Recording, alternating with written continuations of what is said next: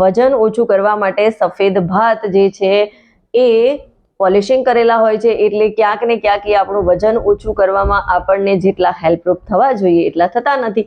પણ એની જગ્યાએ તમે બ્લેક રાઈસ, બ્રાઉન રાઈસ અને રેડ રાઈસ ઇસ્તેમાલ કરી શકો છો, અને એટલા માટે જ વજન ઓછું કરવા માટે બ્રાઉન રાઈસ વધારે રિકમેન્ડ કરવામાં આવે છે. જો સૌથી વધારે કોઈ ભાત ખવાતા હોય તો એ છે સફેદ ભાત, કેમ કે સફેદ ભાત ખાવામાં ટેસ્ટી અને પચવામાં હલકા હોય છે, અને એટલે જ આપણને ઝડપથી ભૂખ લાગી જતી હોય છે.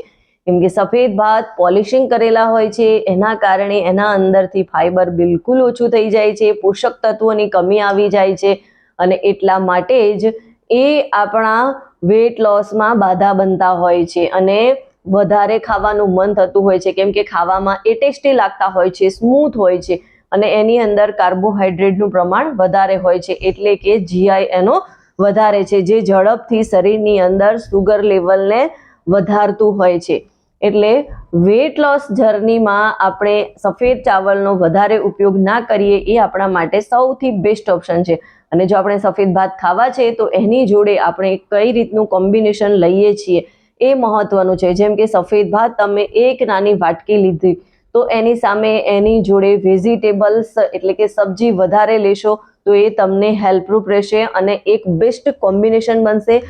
એના અંદરથી તમને પ્રોટીન, વિટામિન્સ અને ફાઈબર પણ મળી રહેશે. પણ એકલા ભાત ખાશો તો એમાંથી તમને પૂરતા પ્રમાણમાં જે વિટામિન્સ, મિનરલ, પ્રોટીન મળવું જોઈએ એ નહીં મળે.